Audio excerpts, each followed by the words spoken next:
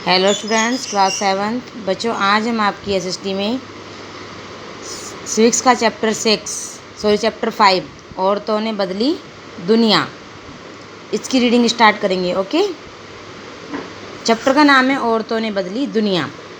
तो पिछले अध्याय में हमने देखा कि किस तरह महिलाओं द्वारा किए जाने वाला घर का काम ही नहीं माना जाता। हमने यह भी पढ़ा कि घरेलू काम और परिवार के सदस्यों की देखभाल करना पूरे समय का काम है और इस कार्य को प्रारंभ और समाप्त करने का कोई निश्चित समय भी नहीं है।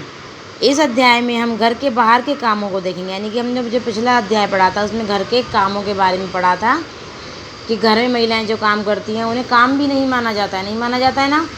बर्तन साफ़ करती हैं, झाड़ू पोछा करती हैं, घर में सब बड़ों की देखभाल करती हैं, बच्चों की देखभाल करती हैं, जो बुजुर्ग लोग हो जाते हैं उनकी देखभाल करती हैं, खाना बनाती हैं, ये सब काम नहीं माने जाते हैं।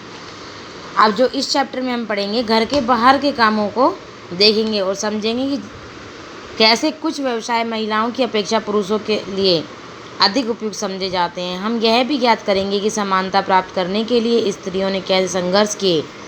पहले भी और आज भी शिक्षा प्राप्त करना एक ऐसा तरीका है जिससे महिलाओं के लिए नए अवसर निर्मित किए जा सकते हैं। साथ ही इस अध्याय में हम हाल के वर्षों में महिला आंदोलनों द्वारा भेदभाव को चुनौती देने के लिए किए जाने वाले विभिन्न प्रकार के प्रयत्न के बारे में संक्षेप में जानेंगे। ठीक है, अब देखो यहाँ पे कुछ दिया हुआ है, इसे देखते हैं पहले। कौन क्या काम करता है। यहाँ पे कुछ लोगों के आपको चित्र बनाना है, यानी कि एक किसान। अब किसान का जब नाम आएगा तो आप सभी बच्चे जेंट्स का ही चित्र बनाएंगे, लेडीज़ का कोई भी नहीं बनाएगा, बल्कि खेतों में काम लेडीज़ भी करती हैं। एक मिल मजदूर का काम तो यहाँ पे भी सब जेंट्स का ही बनाएंगे। एक नर्स का काम, जब नर्स की बात आएगी तो सब बच्चे लेडीज़ का चित्र बनाएंगे, है ना।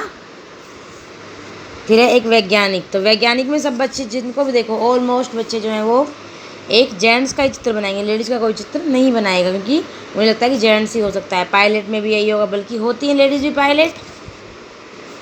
पायलट होती हैं, लेडीज़ भी वैज्ञानिक हो सकती हैं ना। चलिए, अब आपकी कक्षा द्वारा बनाए गए चित्रों को देखने के लिए चित्र तालिका को भरिए। अब हर व्यवसाय के लिए पुरुष और महिलाओं के चित्रों को अलग अलग जोड़िए।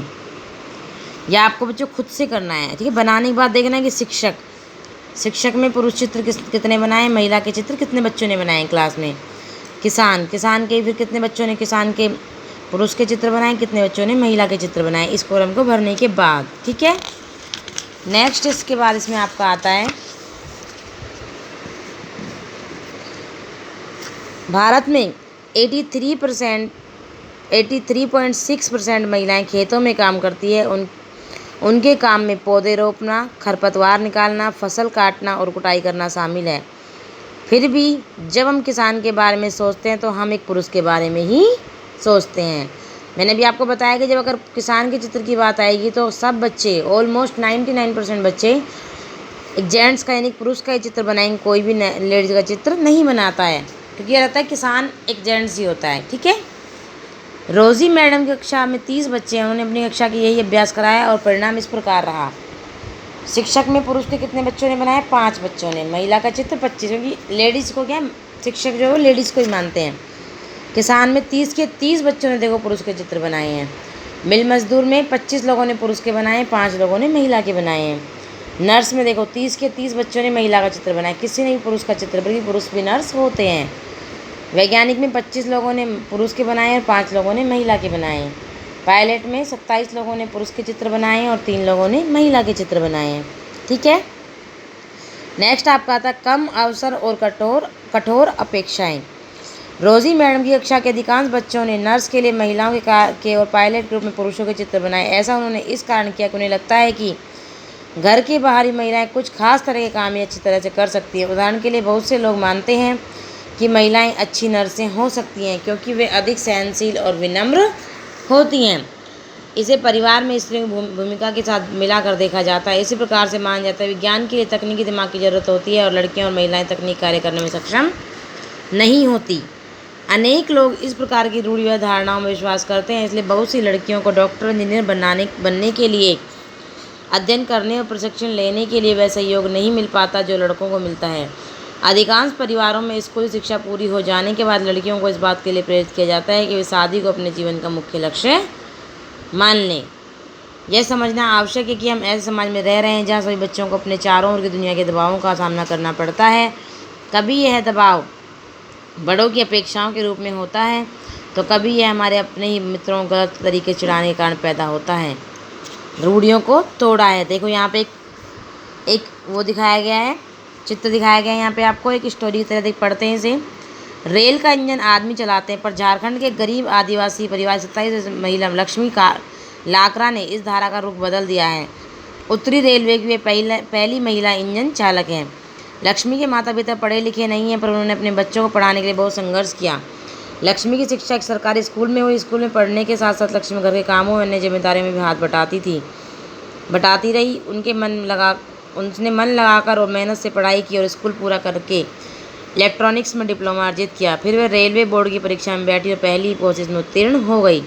लक्ष्मी कहती है, मुझे चुनौतियों से खेलना पसंद है। जैसे ही कोई काम यह कहता है कि फलां काम लड़कियों के लिए नहीं है, मैं उसे करके रहती हूँ।